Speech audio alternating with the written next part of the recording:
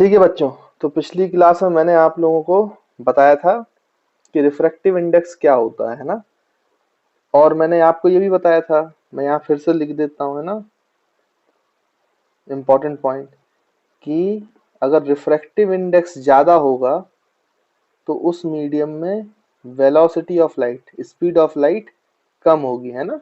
क्योंकि आपको याद होगा कि speed of light in a medium is equals to speed of light in air upon refractive index, है ना। तो मीडियम में स्पीड ऑफ लाइट और रिफ्रैक्टिव इंडेक्स का इनवर्स रिलेशन होता है। अच्छा, अब कुछ हम टर्मिनोलॉजी समझेंगे। जैसे मैं आपसे बोलूं कि आपके पास दो मीडियम है, लेट सपोज ये आपका इंटरफेस है, ये आपका इंटरफेस है, और आपको मैंने बताया हुआ था इंटरफेस क्या काम करता है बच्चों। इंटरफेस दो मीडियम को सेपरेट करता है। तो मान लीजिए ऊपर मीडियम 1 है और इंटरफेस के नीचे मीडियम 2 है। अब मीडियम 1 का रिफ्रैक्टिव इंडेक्स हम n1 मान लेते हैं और मीडियम 2 का रिफ्रैक्टिव इंडेक्स हम n2 मान लेते हैं।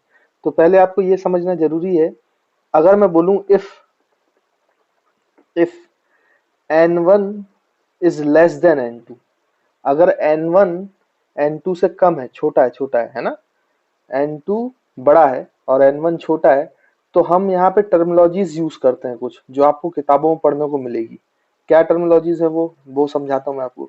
जिसका ज, और ये हमेशा याद रखना, ये टर्मिनोलॉजीज तभी यूज करते हैं जब आपने कंपैरिजन किया हो, जैसे हमने यहाँ पे किया है। हमने बोला कि मीडियम 2 का रिफ्रैक्टिव इंडेक्स बड़ा है और मीडियम का 1 का रिफ्रैक्टिव इंडेक्स छोटा है। अगर n2 बड़ा है तो इसमें velocity of light, second medium में वेलोसिटी ऑफ लाइट छोटी होगी, जबकि n1 छोटा है तो उसमें आपकी स्पीड ऑफ लाइट जो होगी वो बड़ी होगी, है ना, उल्टा रिलेशन होता है। तो हम बोलेंगे n2 is denser medium, n2 is denser medium and n1 is rare medium. ऐसे हम टर्मिनोलॉजीज यूज करते हैं ना, denser medium and rare medium.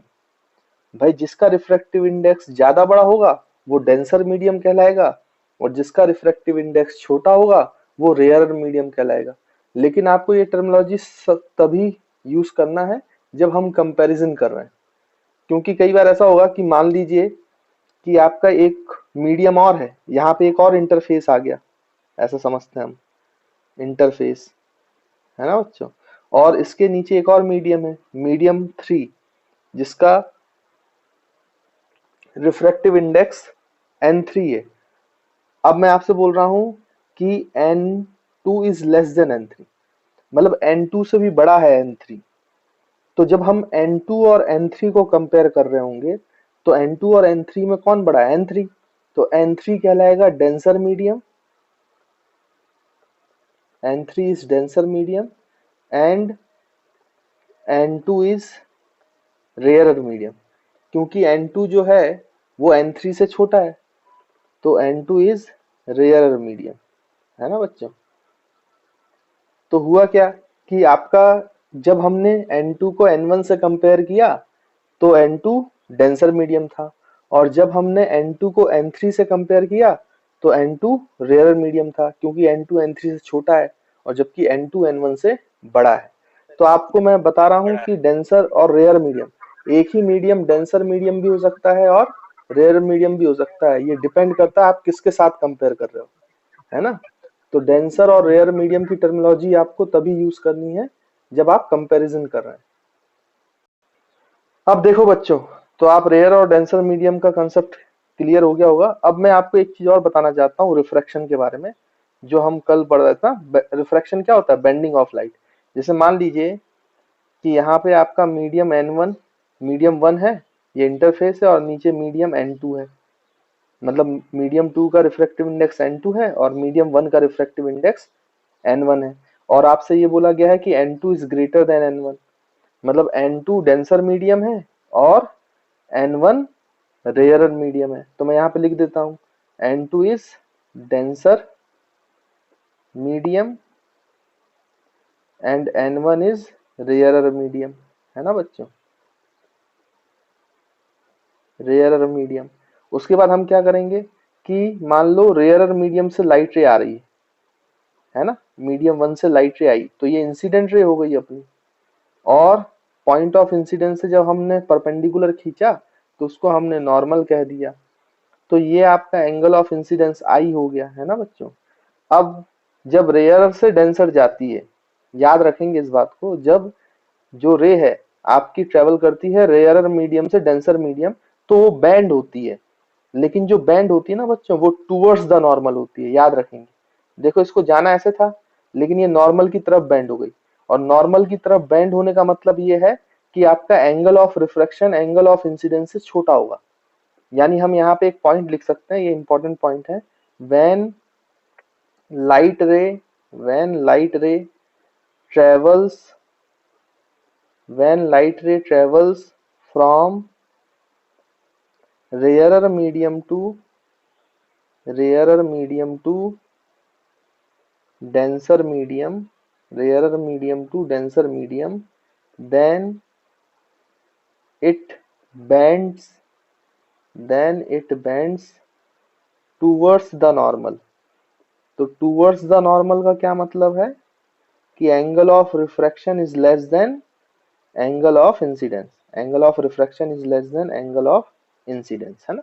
ये इंपॉर्टेंट बात थी, ये पहली इंपॉर्टेंट बात है ना, फर्स्ट। सेकंड इंपॉर्टेंट थिंग जो हमें पता होना चाहिए वो है इसका उल्टा। भाई जरूरी थोड़ी ना है कि जो रे है वो हमेशा रेयरर से डेंसर जाएगी, ऐसा भी तो हो सकता है बच्चों कि जो रे है वो डेंसर से रेयरर जाए। जैसे हम यहाँ पे बोल रहे हैं कि यहाँ पे आपका एक मीडियम है N1, मीडियम 1 का रिफ्रैक्टिव इंडेक्स, और यहाँ है N2, मीडियम 2 का रिफ्रैक्टिव इंडेक्स, और हम ये बोल रहे हैं कि अब N1 is greater than N2, तो N2 से N1 ग्रेटर है तो N1 हो गया आपका डेंसर मीडियम और N2 हो गया आपका रेयरर मीडियम। ठीक है, डेंसर मीडियम को मैंने DM से लिख दिया है और रेयरर मीडियम को मैंने RM से लिख दिया है। अब डेंसर मीडियम से मान लो लाइट रे आई, तो जब डेंसर मीडियम से आई तो पॉइंट ऑफ इंसिडेंस से परपेंडिकुलर डाला तो ये आपका नॉर्मल हो गया, ये आपकी इंसिडेंट रे, ये एंगल ऑफ इंसिडेंस। तो जब डेंसर से रेयरर आती है रे, डेंसर मीडियम से रेयरर मीडियम, तो ये away from the normal band हो जाती है। अब अवे फ्रॉम द नॉर्मल का मतलब नॉर्मल से दूर हो जाएगी, मतलब angle of refraction is greater than angle of incidence. Towards the normal का मतलब angle of refraction is less than angle of incidence, और अवे फ्रॉम द नॉर्मल का मतलब angle of refraction is greater than angle of incidence. तो हम बच्चों इसको भी लिख लेते हैं, तो यहाँ पे हम लिख लेंगे व्हेन लाइट रे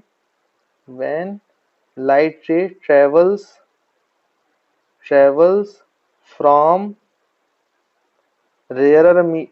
from denser medium to rarer medium, denser medium to rarer medium, then it bends towards the normal, it bends away from the normal।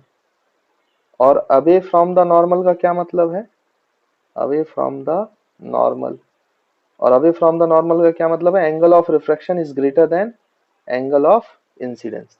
तो हमेशा याद रखेंगे दो बातें, जब भी लाइट रे रेयरर मीडियम से डेंसर मीडियम जाएगी तो टुवर्ड्स द नॉर्मल बैंड होगी, टुवर्ड्स द नॉर्मल का मतलब होगा angle of refraction is less than angle of incidence, और जब भी रे डेंसर मीडियम से रेयरर मीडियम जाएगी तो away from the normal band होगी, अवे फ्रॉम द नॉर्मल का मतलब angle of refraction is greater than angle of incidence. तो इन बातों का ख्याल रखना क्योंकि आगे काम आएंगे। चलो बच्चों इसको जल्दी से लिख लो। अब मैं यदि आपको बोलूं कि भाई अभी तो एंगल ऑफ इंसिडेंस कुछ था, लेकिन मान लो कि ये आपका N1 रिफ्रैक्टिव इंडेक्स और ये आपका N2 है ना। अब N1 रेयरर भी हो सकता है, डेंसर भी हो सकता है, N2 रेयर भी हो सकता है, डेंसर कुछ भी है मान लो, लेकिन मैं आपसे बोल रहा हूँ कि जो आपकी इंसिडेंट रे है वो आपकी परपेंडिकुलर टू इंटरफेस आ रही है ना बच्चों, इंटरफेस के परपेंडिकुलर। मतलब इंटरफेस के परपेंडिकुलर क्या होता है अपना, नॉर्मल भी तो होता है। तो मान लो इंसिडेंट रे जो है वो नॉर्मल के अलोंग आया, तो आपका एंगल ऑफ इंसिडेंस कितना हो गया बच्चों, 0। तो याद रखेंगे कि रिफ्रैक्शन के केस में अगर नॉर्मल के अलोंग इंसिडेंट रे आएगी तो वो सीधी निकल जाती है, फिर वो बेंड नहीं होती, वो स्ट्रेट चली जाएगी सीधी सीधी।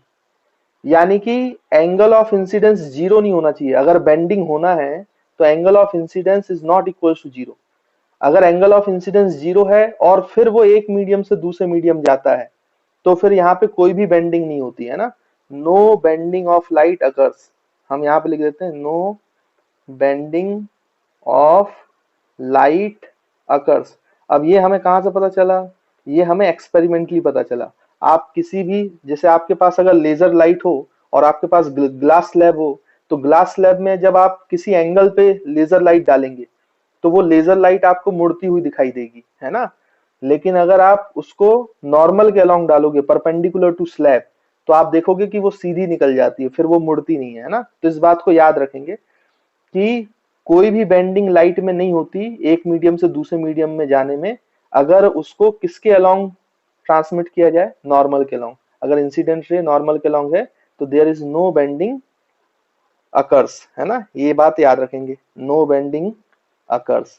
तो एंगल ऑफ इंसिडेंस भी जीरो हो जाता है और एंगल ऑफ रिफ्रैक्शन भी जीरो हो जाता है, क्योंकि रिफ्रैक्टेड रे भी नॉर्मल के अलोंग ही हो जाती है। तो इस बात का आपको याद रखना है, ठीक। तो ये भी एक इंपॉर्टेंट पॉइंट हो गया जो मुझे बताना था।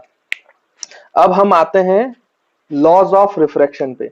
लेकिन लॉज ऑफ रिफ्रैक्शन से पहले आपको थोड़ा सा बेसिक्स आना चाहिए, है ना।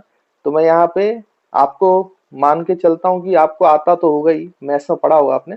फिर भी अगर किसी बच्चे ने नहीं पढ़ा है उसको थोड़ा सा मैं बता देता हूँ। आपने 9th क्लास में पहले ट्राइंगल्स वगैरह पढ़े हुए हैं और आपने उसमें एक स्पेशल टाइप का ट्राइंगल भी पढ़ा है ना, जिससे बहुत सारी चीजें आप सॉल्व करते थे, राइट एंगल ट्राइंगल। तो ऐसा हमारे पास मान लीजिए एक राइट एंगल ट्राइंगल है। तो राइट एंगल ट्राइंगल की खास बात ये होती है कि उसका एक एंगल 90 डिग्री होता है, ये आपको पता है। और दूसरा एक एंगल अगर हम लेंगे थीटा, तो आपको ये पता है जो एंगल थीटा लेते हैं उसके सामने वाली साइड जो होती है, उसके सामने वाली साइड वो परपेंडिकुलर कहलाती है। पी, पी से डिनोट कर रहे हैं ना, वो परपेंडिकुलर कहलाती है।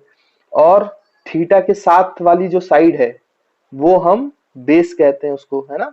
तो बेस को हम मैं बी से लिख रहा हूँ। और 90 डिग्री के सामने वाली जो साइड होती है वो हाइपोटेनिस होती है, ये भी आपको पता है ना।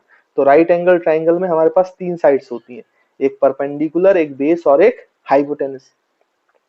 अब क्या होता है कि इनके हम रेशियो निकालते हैं। जैसे परपेंडिकुलर अपॉन बेस का रेशियो निकालेंगे, परपेंडिकुलर अपॉन हाइपोटेनिस का रेशियो निकालेंगे, बेस अपॉन हाइपोटेनिस का रेशियो निकालेंगे। तो ये रेशियोस अलग अलग वैल्यू देते हैं और इन रेशियोस को हम टिग्नोमेट्रिक फंक्शन में टिग्नोमेट्रिक रेशियोस बोलते हैं ना।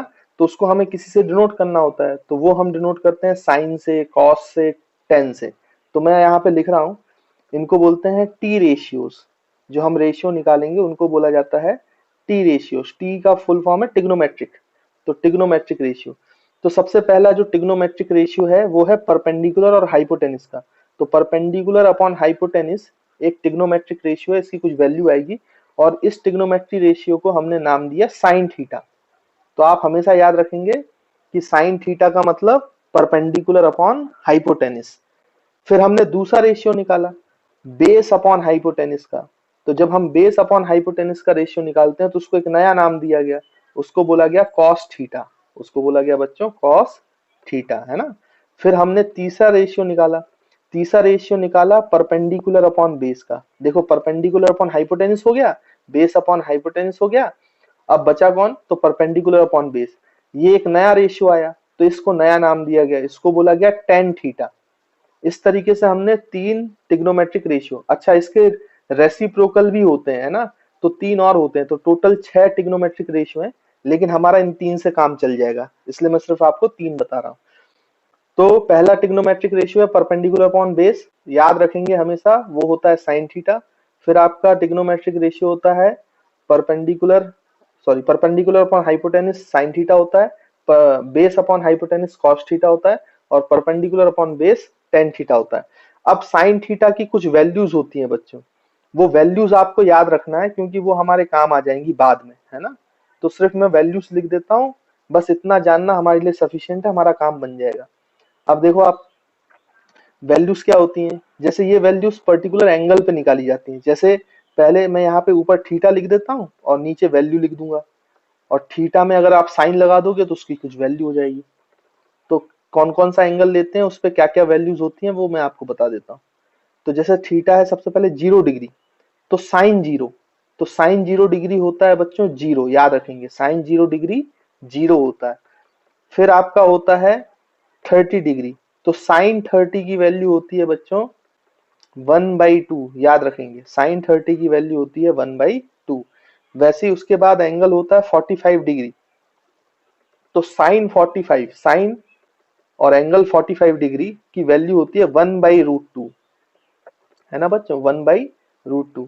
और फिर थीटा की वैल्यू होगी होगी कितनी, 60 डिग्री, तो साइन 60 डिग्री होता है आपका √3/2, साइन 60 डिग्री होता है आपका √3/2। और फिर लास्ट में जो एंगल होता है वो 90 डिग्री है, तो साइन 90 की वैल्यू होती है 1। और याद रखेंगे साइन थीटा की मैक्सिमम वैल्यू 1 हो सकती है, बाकी डिटेल में आपको मैथ्स में पढ़ाया जाएगा तो उसकी चिंता नहीं करें।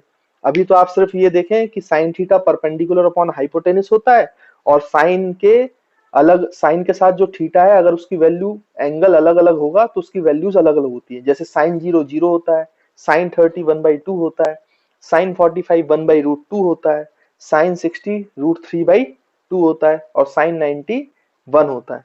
बाकी इसमें डिटेल में आपको मैथ्स में पढ़ाया जाएगा, इस साल है आपको 10th में, है ना, ट्रिग्नोमेट्री। चलो, तो हम ये मान के चल रहे हैं कि आपको थोड़ा बहुत आता है, तो साइन थीटा को आप थोड़ा बहुत जानते हो। तो अब हम लॉज ऑफ रिफ्रैक्शन पढ़ सकते हैं, ना। तो अब हम स्टार्ट करते हैं लॉज ऑफ रिफ्रैक्शन। तो लॉज, जैसे हमने रिफ्लेक्शन में, लॉज ऑफ रिफ्लेक्शन में 2 लॉ पढ़े थे, वैसे ही लॉज ऑफ रिफ्रैक्शन में भी 2 लॉ है ना। तो 1 बाई 1 करके उसको सीखते हैं हम लोग। तो मैं यहाँ पे हेडिंग डाल देता हूँ, laws of refraction, laws of refraction. तो पहला लॉ तो वैसे ही है जैसा बेटा किसका था, लॉ ऑफ रिफ्लेक्शन का, है ना। पहला लॉ क्या होगा, इंसिडेंट रे कॉमा रिफ्रैक्टेड रे, मैंने इंसिडेंट रे को IR लिखा है, रिफ्रैक्टेड रे को RR लिखा है, and normal all lie in the all lie in the same plane, in the same plane। भाई ऐसा एक लॉ आपने वहां भी पढ़ा था कि वहां भी ऐसी था, इंसिडेंट रे वहां रिफ्रैक्टेड रे की जगह रिफ्लेक्टेड रे होता था और नॉर्मल होता था, यहाँ रिफ्लेक्टेड रे की जगह रिफ्रैक्टेड रे। तो incident, refracted ray and normal all lie in the same plane. तो पहला लॉ तो बिल्कुल सिंपल था, रिफ्लेक्शन ही पढ़ा है आपने, तो इसमें कोई दिक्कत वाली बात नहीं है। सेकंड लॉ को समझते हैं। जो सेकंड लॉ है रिफ्रैक्शन का, उसको हम स्नेल्स लॉ बोलते हैं, ना। स्नेल्स एक साइंटिस्ट का नाम था जिन्होंने ये लॉ दिया था, तो उनके नाम पे ये लॉ रखा गया है, इसको बोलेंगे स्नेल्स लॉ। अब देखो स्नेल्स लॉ क्या बोलते हैं, क्या क्या बोलता है इसको। अब आप ध्यान से देखेंगे तो मैंने आपको कहा कि मान लीजिए एक मीडियम का रिफ्रैक्टिव इंडेक्स n1 है और एक मीडियम का रिफ्रैक्टिव इंडेक्स n2 है। तो यहां से मान लो इंसिडेंट रे आई, n1 से रिफ्रैक्टिव इंडेक्स से इंसिडेंट रे आती है मीडियम 1 से, आपका यहाँ पे n1 वाले मीडियम में आपका एंगल ऑफ इंसिडेंस बनता है आई, और मान लो कि n2 is greater than n1, तो n2 हो गया डेंसर, n1 हो गया रेयर। तो ये लाइट रे रेयर से डेंसर जा रही है, तो आप जानते हो किस तरफ बेंड होगी बच्चों, टूवर्ड्स द नॉर्मल। और टूवर्ड्स द नॉर्मल मतलब एंगल ऑफ रिफ्रैक्शन छोटा होगा, तो angle of refraction is less than angle of incidence, है ना। अब उन्होंने ये कहा कि भाई अगर आप n1 का मल्टीप्लाई करो sine of angle of incidence, sine of angle of incidence का मल्टीप्लाई हमने n1 से किया, तो ये किसके इक्वल होता है, तो उन्होंने कहा ये इसके इक्वल होता है कि आप n2 का मल्टीप्लाई करो sine of angle of refraction. यानी आप ध्यान से देखो कि रेयरर मीडियम में आप देखें तो रेयरर मीडियम का रिफ्रैक्टिव इंडेक्स कितना है बच्चों, n1, और डेंसर मीडियम का रिफ्रैक्टिव इंडेक्स कितना है बच्चों, n2। अब n1 वाले मीडियम में एंगल कितना बचा है, बना है बच्चों, रेयरर मीडियम में कौन सा एंगल है, एंगल ऑफ इंसिडेंस आई। तो रेयरर मीडियम में जो एंगल है, अगर हम उसका साइन का रेशियो लें, साइन एंगल ऑफ इंसिडेंस, और n2 वाले में जो एंगल बना है उसका हम साइन लें, तो n2 इंटू साइन आर, तो इन दोनों का प्रोडक्ट इक्वल होता है। ये लॉ जो है इसको क्या बोला जाता है बच्चों, स्नेल्स लॉ। फिर से मैं एक बार दोहरा देता हूं कि N1 में जो एंगल बना है, N1 में I एंगल बना है, तो I का आप साइन रेशियो लो, तो N1 इंटू साइन आई, और N2 में एंगल बना है R, तो R का साइन लो, तो N2 इंटू साइन R। इन दोनों की वैल्यू कैसी होगी बच्चों, सेम। तो इनकी वैल्यू सेम होती है, ये बहुत सारे प्रैक्टिकल से कर कर हमें पता चला है, प्रैक्टिकल डाटा हमें बताता है ना। तो इस लॉ को हम बोलते हैं स्नेल्स लॉ। ये लॉ अपना हो गया स्नेल्स लॉ, है ना। तो आप ध्यान से देखो, तो यहां से एक चीज और समझ सकते हैं स्नेल्स लॉ से, कि आप यहाँ पे एन, भाई sine I upon sine R कर दो आप, तो sine I upon sine R, है ना, मैंने क्रॉस मल्टीप्लाई कर दिया है, साइन आई के नीचे ले आया साइन आर, तो यहां से N1 है वो उस साइड चला जाएगा, तो N2 अपॉन N1। और आपको याद होगा बच्चों N2 अपॉन N1 क्या है, refractive index of medium 2 upon refractive index of medium 1। ये रिलेटिव रिफ्रैक्टिव इंडेक्स है, मैंने आपको रिलेटिव रिफ्रैक्टिव इंडेक्स पढ़ाया था ना, तो इसको ऐसे भी लिख सकते हैं, refractive index of medium 2 with respect to medium 1, N21। यानी आप ध्यान से देखो, तो sine of angle I upon sine of angle R एक कांस्टेंट है बच्चों, और वो कांस्टेंट किसके बराबर है, refractive index of medium 2 with respect to refractive index of medium 1, है ना।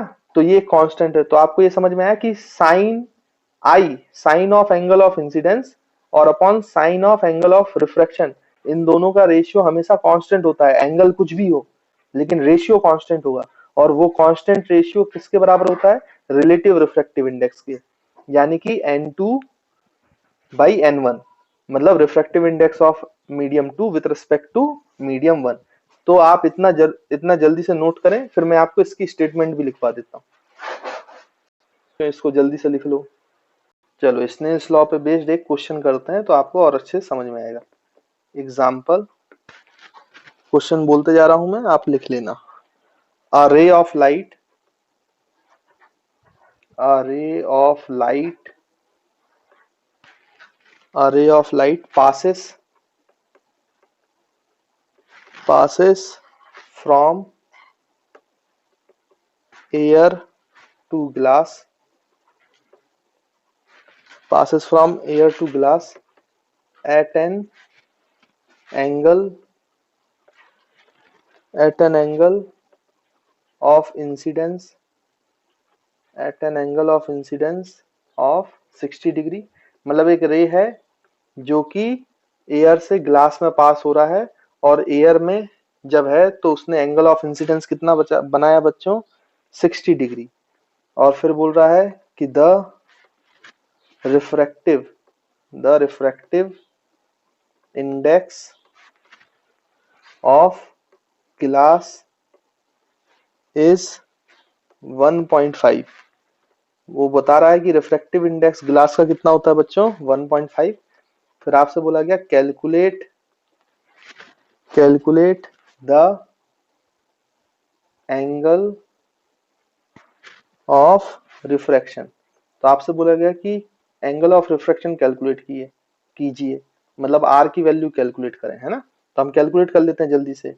देखो यहाँ पे आपका ऊपर एयर है, और यहाँ पे नीचे आपका ग्लास है, यहाँ पे ऐसे रे आ रही है, ये एंगल ऑफ इंसिडेंस देखो बच्चों 60 डिग्री बना रही है, तो ये ऐसे बेंड हो जाएगी, तो यहाँ पे एंगल ऑफ रिफ्रैक्शन कुछ होगा, वो हमें निकालना है। और ग्लास का रिफ्रैक्टिव इंडेक्स Ng वो आपका दिया है 1.5, और एयर का रिफ्रैक्टिव इंडेक्स Na वो हमें पता होता है 1, है ना। एयर और वैक्यूम में रिफ्रैक्टिव इंडेक्स 1 होता है, याद रखेंगे आप। उसके बाद ध्यान से देखो, तो हम स्नेल्स लॉ यूज कर लेते हैं इसके लिए, तो सॉल्यूशन, और हम यूज करेंगे स्नेल्स लॉ। स्नेल्स लॉ ने क्या बोला था बच्चों, कि जिस मीडियम का रिफ्रैक्टिव इंडेक्स ले रहे हैं, तो हमने Na एयर का रिफ्रैक्टिव इंडेक्स लिया, उससे मल्टीप्लाई करो साइन का रेशियो के साथ वो एंगल जो उस मीडियम में बन रहा है। तो एयर में 60 डिग्री बन रहा है, तो हम लिखेंगे sine 60 degree is equals to आपका दूसरा रिफ्रैक्टिव इंडेक्स जो है ग्लास का, और ग्लास में इंटू करो साइन का एंगल जो उस मीडियम में बन रहा है। तो ग्लास में एंगल कौन सा एंगल है, एंगल ऑफ रिफ्रैक्शन, तो साइन ऑफ एंगल आर। अब Na की वैल्यू हमें पता है, एयर का रिफ्रैक्टिव इंडेक्स 1, साइन 60 की वैल्यू मैंने आपको पहले ही बताई हुई है पिछले वाली स्लाइड में, जहां पे मैंने आपको ट्रिग्नोमेट्री समझाई थी, तो उसकी वैल्यू होती है √3/2। और रिफ्रैक्टिव इंडेक्स ऑफ ग्लास है बच्चों 1.5, तो 1.5 को आप 3/2 भी लिख सकते हैं ना। 1.5 को क्या लिख सकते हैं 3/2 into sine of angle of refraction. तो यहाँ से 2 और 2 कट जाएगा, बहुत अच्छे से जानते हैं आप। तो यहाँ से साइन आर की वैल्यू कितनी आएगी बच्चों, ये 3 नीचे चला जाएगा, तो √3/3। और आपको पता होगा कि 3 को आप √3 इंटू √3 लिख सकते हो, है ना बच्चों। तो √3 भी कैंसल, तो sine of angle of refraction बचेगा आपका 1/√3। तो आप यहां से देखो, इसको ऐसे भी लिख सकते हो, हमें तो एंगल ऑफ रिफ्रैक्शन चाहिए था बच्चों, साइन इधर है, जब आप उसको दूसरी तरफ ले जाओगे तो साइन को इनवर्स लिखते हैं, साइन की पावर -1, है ना। तो ये आप याद रखना। तो एंगल ऑफ रिफ्रैक्शन आया साइन इनवर्स, साइन की पावर -1, साइन इनवर्स ऑफ कितना बच्चों 1/√3। तो दिस इज अवर आंसर, ये हमारा आंसर है। तो इसको नोट कर लेंगे जल्दी से।